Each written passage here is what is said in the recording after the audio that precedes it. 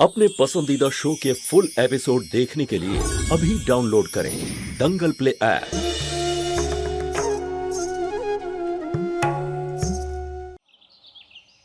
তুমি তো সারপ্রাইজ দিয়ে দিলে। দেখ তুই ছাড়া সবাই জানতো যে আজকে আমি আসবো।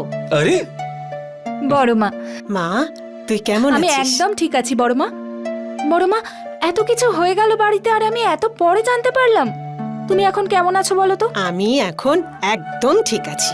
আর তোর ওই জ্যোতি বৌদি, ও আমাকে অনেক কড়া কড়া ওষুধ খাইয়ে, অনেক ফল খাইয়ে আগের থেকেও আমাকে অনেক ভালো করে এটা তুলেছে। তো খুবই ভালো কথা। তুই কেমন আছিস মা? মা, আমি একদম ঠিক আছি।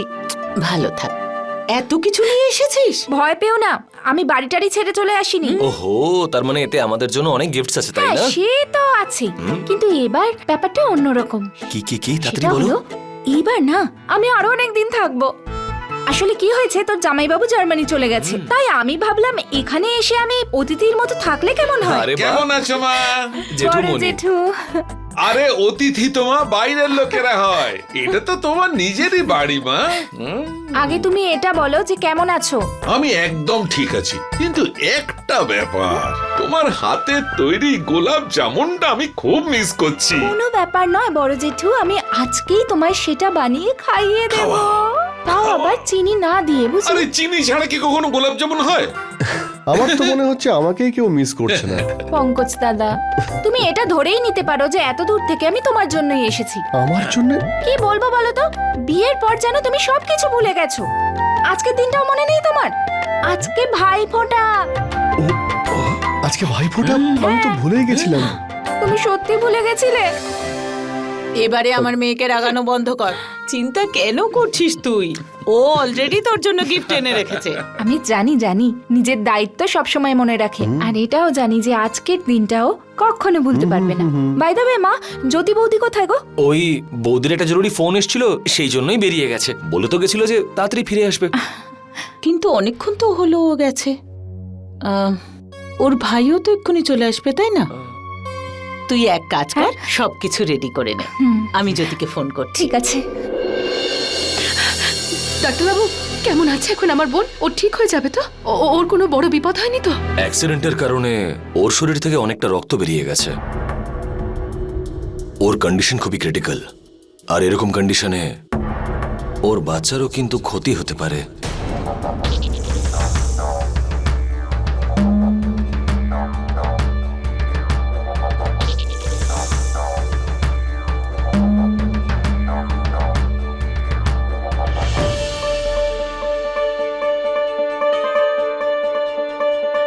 বাচ্চা?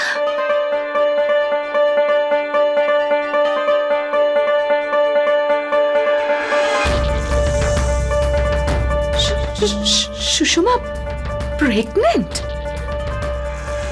হ্যাঁ, আপনার বোন প্রেগন্যান্ট।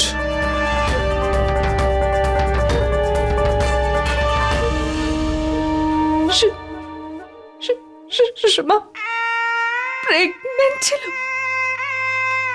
এত কিছু সহ্য করেছে ও?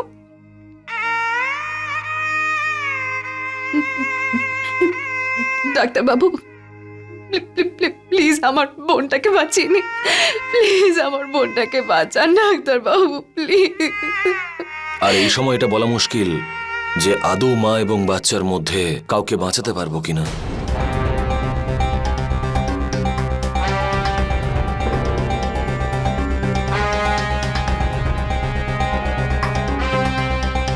কি যে করে না মেয়েটা।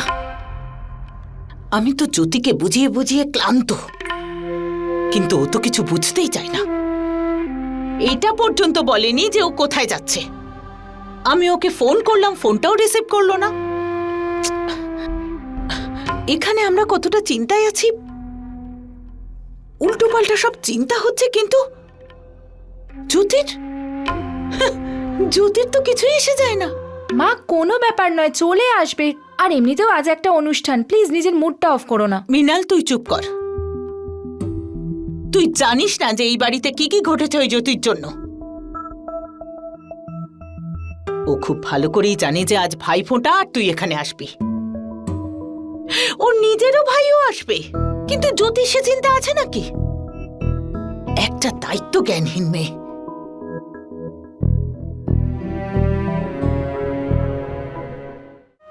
দেখুন, আমরা যথাসম্ভব চেষ্টা করব। হয়তো অপারেশনও করতে হতে পারে, যার জন্য কিছু পেপারসে ওনার স্বামীকে সাইন করতে হবে। জাস্ট মিয়ার হসপিটাল ফর্মালিটিজ। আপনারা ওর স্বামীকে ডেকে পাঠান। স্বামী নয়, শয়তানও একটা। ধাক্কা দিয়ে ফেলে দিয়েছিল ও সুষমাকে, ওর জন্য এই অবস্থা হয়েছে আজ আমার বোনটার। এবার যা করতে হবে আমি করব। শুধু আপনি আমার বোনটাকে বাঁচিয়ে নিন, ব্যাস ব্যাস। আমার বোনটাকে বাঁচান। আমরা ডক্টরসরা শেষ মুহূর্ত অবধি চেষ্টা করি। আপনারা ঈশ্বরের উপর একটু বিশ্বাস রাখুন, ঠিক আছে? সব ঠিক হয়ে যাবে।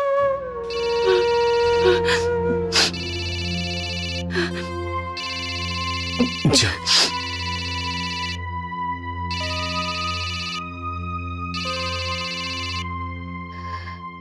বৌদি, কোথায় তুমি? কখন থেকে তোমার জন্য অপেক্ষা করছি। কখন আসবে তুমি? মিনাল, আমার একটু সময় লাগবে। আই এম সরি, খুব দরকারি একটা কাজ এসে গেছে। বৌদি, আজকে ভাই ফোঁটা, আর তুমিও না। এমন কি জরুরি কাজে তুমি আছো বলো তো? মিনাল, আমি হসপিটালে আছি। হসপিটালে? বৌদি, কি হয়েছে? তুমি হসপিটালে কেন? তুমি ঠিক আছো তো?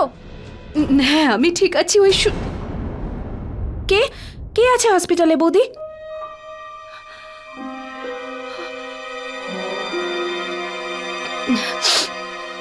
একজন মহিলা, রাস্তায় ওনার অ্যাক্সিডেন্ট হয়ে গেছে। ওনাকে নিয়ে আমি হসপিটালে এসেছি। ওনার অবস্থা খুব শোচনীয়, সেই জন্য আমি হসপিটালে আছি। তোমার কি কোনো আত্মীয় হয়? না। আত্মীয় যখন নয় তাহলে কি? তুমি এবার বাড়ি চলে এসো না। তুমি ওকে হসপিটালে ভর্তি করেছো, ব্যাস ঠিক আছে। এবার ওনার বাড়ির লোকেরা বাকিটা দেখে নেবেন। মিনাল, মিনাল, ওর পরিবারের তরফ থেকে এখানে কেউ আসেনি। আর এই সব কিছু ওর স্বামীর জন্য হয়েছে।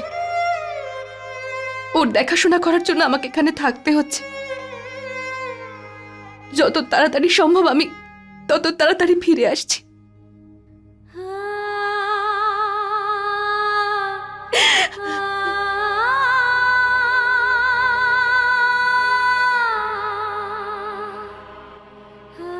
দিদি, কতটা অসহায় আমি। আমার নিজের বোনের কথা আমি কাউকে বলতে পারছি না। আমি আর পারছি না দীপু। গ্রেট।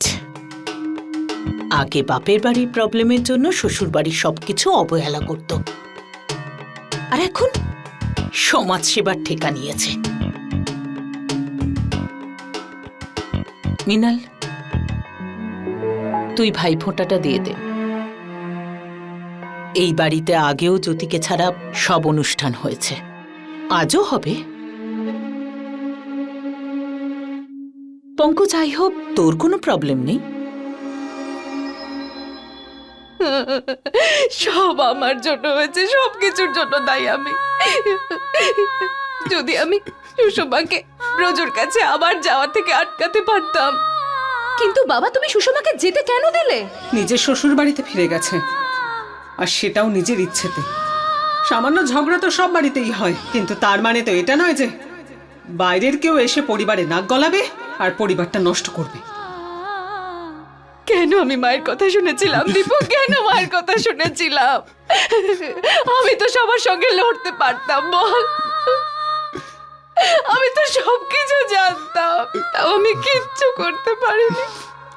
কিচ্ছু পারিনি করতে দীপু, কিচ্ছু না। দিদি, দিদি, যা হয়ে গেছে সেটাকে আমরা বদলাতে তো পারবো না। একটা সময় তো আমরা সবাই ভেবেছিলাম যে ব্রজ ঠিক হয়ে যাবে, কিন্তু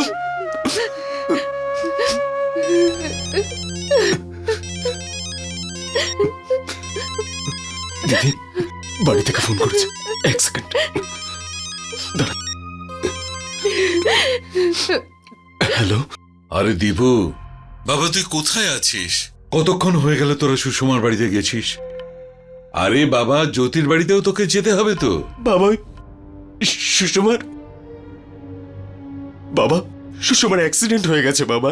অ্যাক্সিডেন্ট?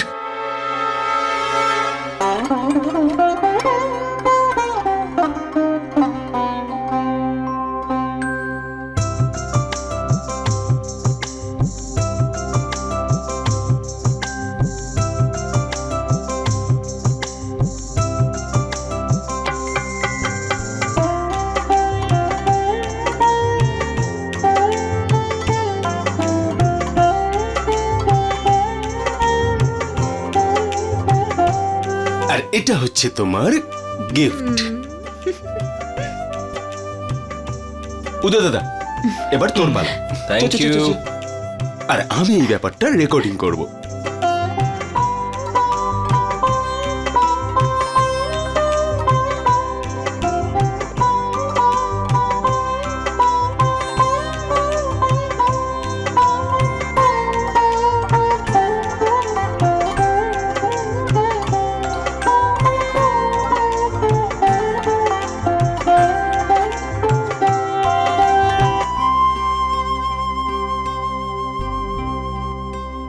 আর এটা আমার মিষ্টি দিদির জন্য।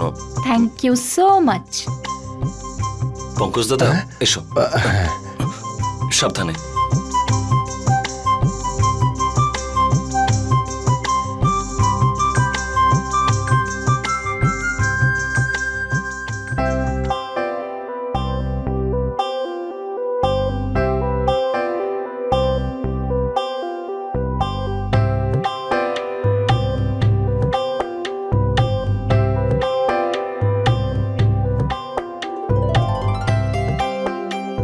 থ্যাংক ইউ দাদা। দে, হ্যাঁ,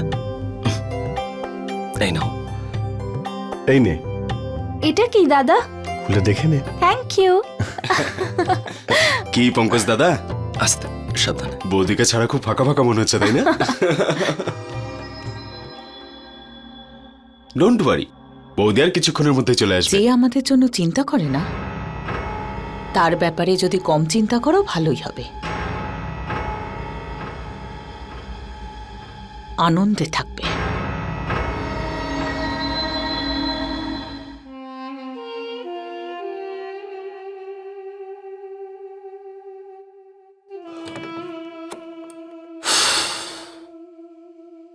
হে ভগবান, এই দুটো বোন আমাকে ছাড়বেই না। জানি না কোত্থেকে নারী শক্তিকে জাগ্রত করে দিল এই জ্যোতি মেয়েটা।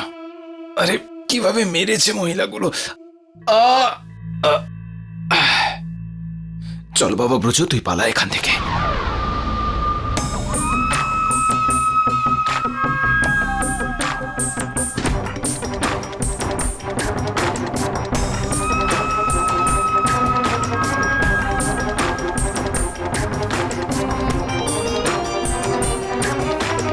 যাক, যেতে যেতে আমার স্ত্রী তো কিছু ভালো কাজ করে গেছে। ভালোই দাম হবে এটার। চলো ভাই ব্রজ।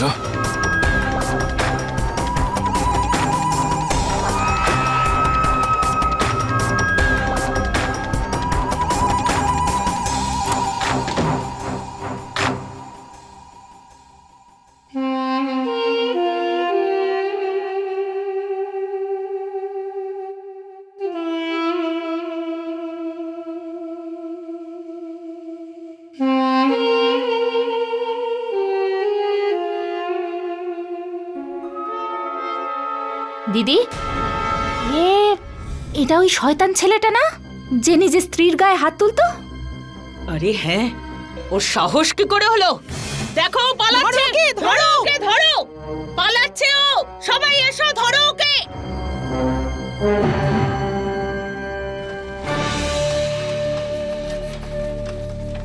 জ্যোতি, দীপু, কি হয়েছে সুষমায়? কোথায় ও? ডাক্তারবাবু চিকিৎসা করছেন, তুমি চিন্তা করো না। জ্যোতি, কি করে হলো মা? এসব কি করে ঘটলো?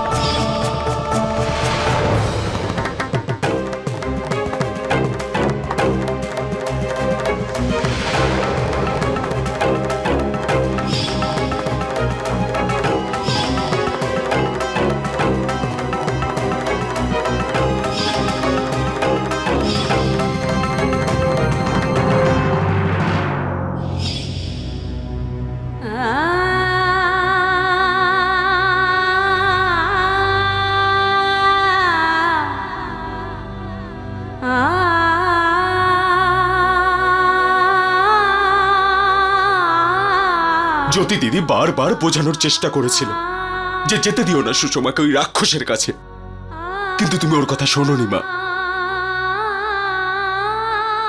জ্যোতি দিদি অনেকবার চেষ্টা করেছিল সুষমাকে আটকানোর জন্য, কিন্তু তুমি উল্টে ওকেই দোষারোপ করলে।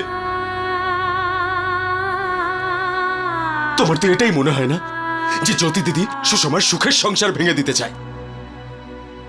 তোমার ওকে প্রশ্রয় দেওয়ার জন্যই সুসময় ব্রজর কাছে ফিরে গেছিল।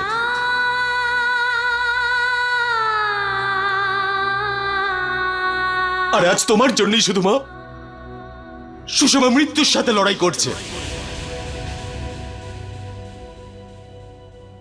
এখন কেঁদে আর কোনো লাভ নেই মা, কারণ ওর সাথে যা কিছু হয়েছে তার জন্য দায়ী কিন্তু তুমি, শুধু তুমি দায়ী মা।